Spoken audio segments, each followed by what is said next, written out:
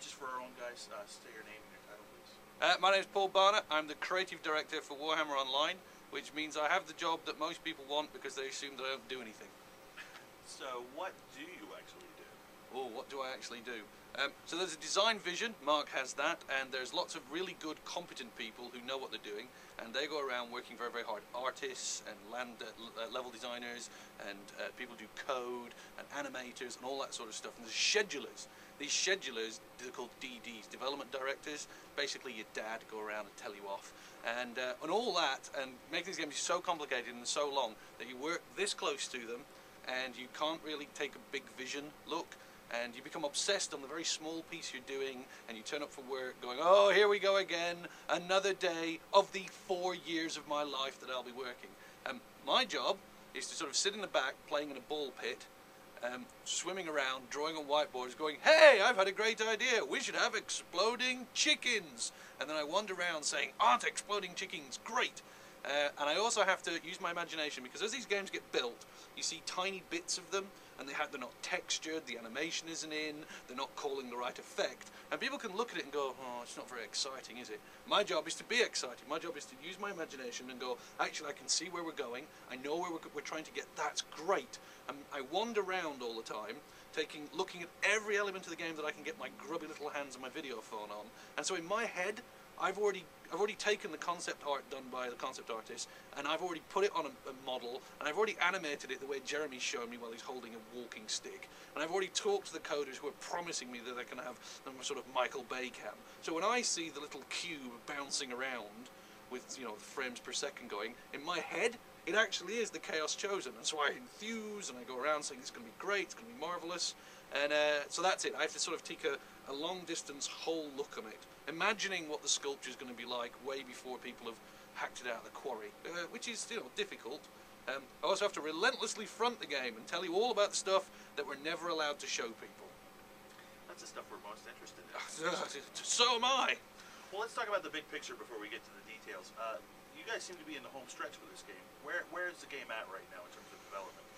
It's in that wonderful baking period. Making a game is like messing around in a kitchen with and the kitchen we're in, the EA kitchen, which is much bigger than the kitchen we used to be in, and has an awful lot more toys, and has a boundless amount of food, and we're able to do loads of really crazy things. And so you end up messing around, you go, maybe we should have some of that, maybe we should bake this, cook this.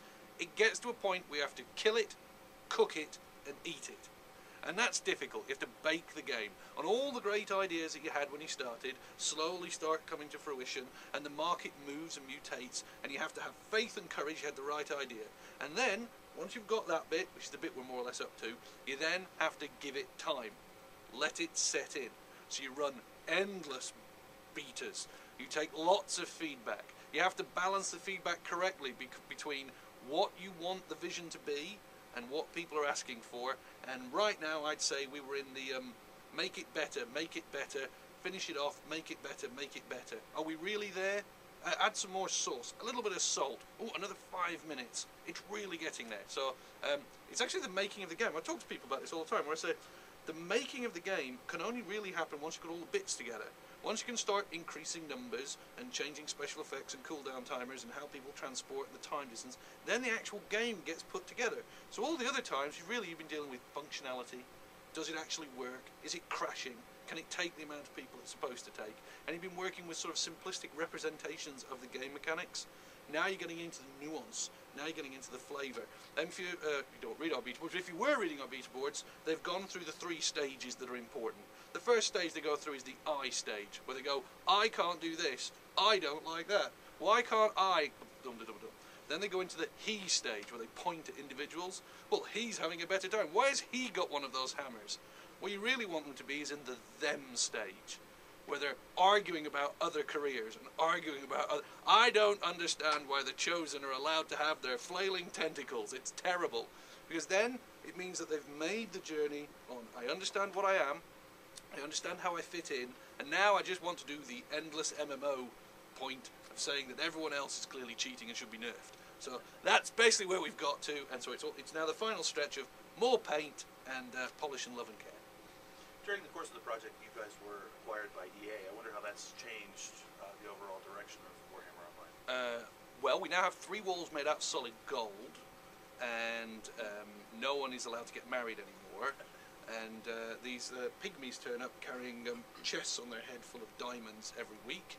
And then the EA guys turn up and they just sit next to you and breathe. They sort of do that to you, like the Nazgul, and they wander around. What's it been like? Actually, Mark put it best. Logo's changed on our business card, and they've allowed us to do things that they sort of haven't got EA bad press when they're not paying attention to them. They've been very nice, they've been very empowering, and they've got an awful lot of money and patience. And so they basically went, you know what, guys? We think you can make an awesome game. Have more resource, and we'll back you. They've backed Mark, they've backed our studio, they've allowed us to do things that we were never going to be able to do as an independent studio.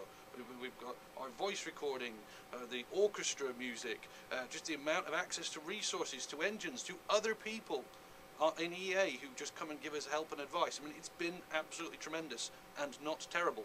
I guess all we need to do now is release the game, be ultra successful, and make a ton of money and have millions of successful subscribers. I guess if we do that, we'll be fine. Weren't they encouraging in terms of adapting some of the RVR stuff you guys used in Dark Age of Camelot?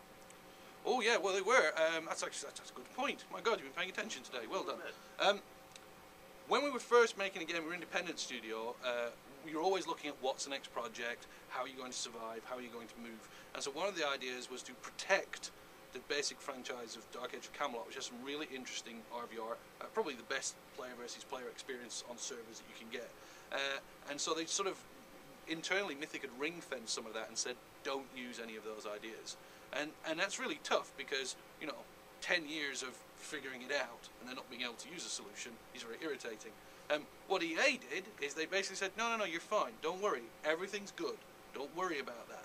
And they gave us confidence to go back and revisit it and look at some of the solutions, the Lorenzo's oils that we already have from Dark Age, and go, you know what, we know that these ideas work, we know these ideas are great.